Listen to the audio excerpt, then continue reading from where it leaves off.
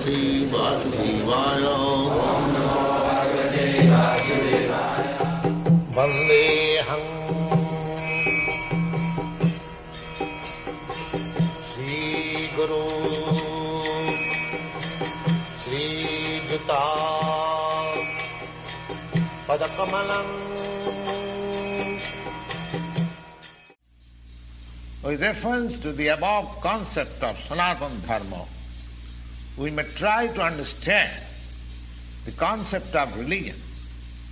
From the Sanskrit root meaning of the word dharma, it means that which is constantly with the particular object. As we have already mentioned, when we speak of fire, it is concluded at the same time that there is heat and light along with the fire. Without heat and without light, there is no meaning of the word fire. Similarly, we must find out the essential part of a living being which is always companion with him. That part of constant companion of the living being is his eternal quality, and the eternal part of the living being's quality is his eternal religion. When Sanatana Goswami asked Lord Sri Chaitanya Mahaprabhu about the Sarup, we have already discussed about the Sarup of every living being.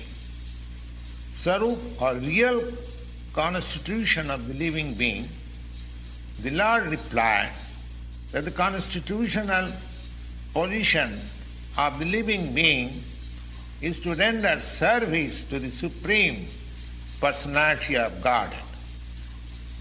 But if we analyze this part of the statement of Lord Chaitanya, we can very well see that every living being is constantly engaged in the business of rendering service to another living being. A living being serves another living being in different capacities, and by doing so, the living entity enjoys life. A lower animal serves a human being. A servant serves his master. A serves B master. B serves C master. And C serves D master, and so on. Under these circumstances, we can see that a friend serves another friend, and the mother serves the son, or the wife serves the husband, or husband serves the wife. If we go on searching in that spirit, it will be seen that there is no exception in the society of the living being where we do not find the activity of service. The politician presents his manifesto before the public and convinces voters about his service capacity. The voter also gives the politician his valuable vote on expectation that the politician will give service to the society. The shopkeeper serves the customer, and the artisan serves the capitalist. The capitalist serves his family, and the family serves the headman in terms of the eternal capacity of eternal being.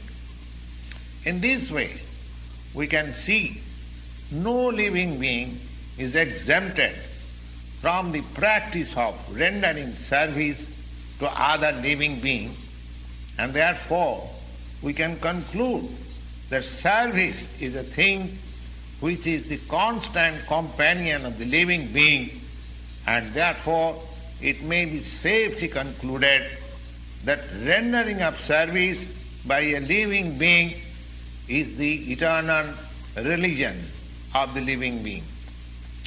When a man professes to belong to a particular type of faith with reference to the particular time and circumstances of birth. And thus one claims to be a Hindu, a Muslim, a Christian, Buddhist, or any other sect and a subsect. Such designations are non-Sanatana Dharma.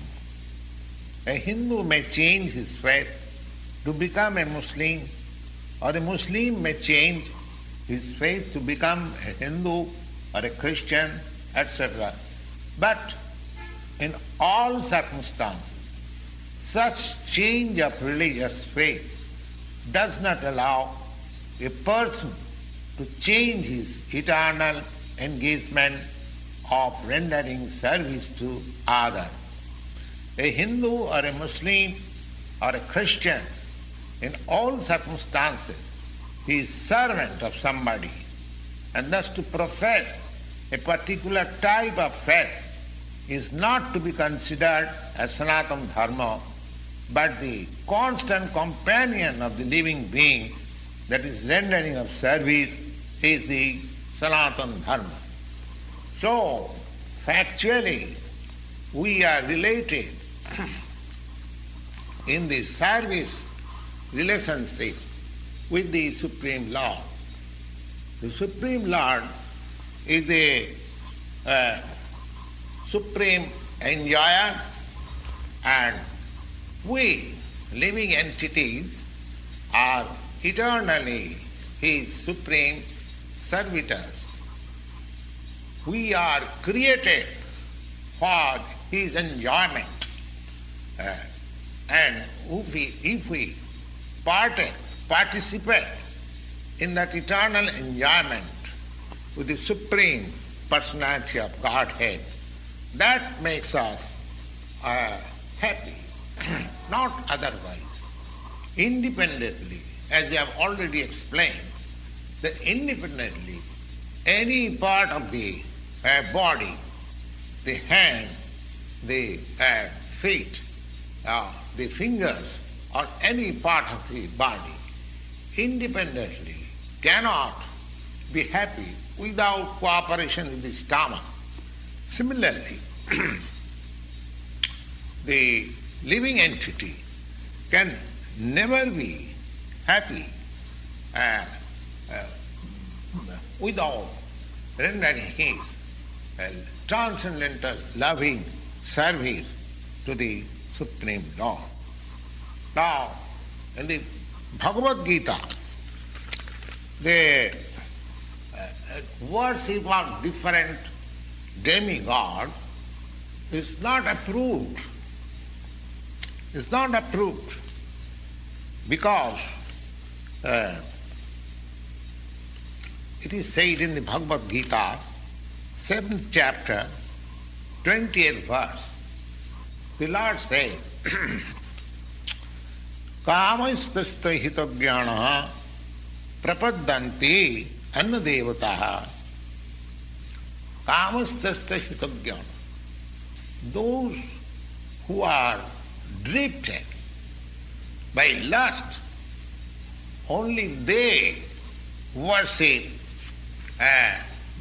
the demigods other than the Supreme Lord, Krishna.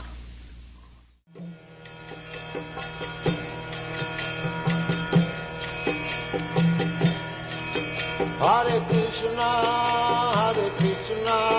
Krishna Krishna,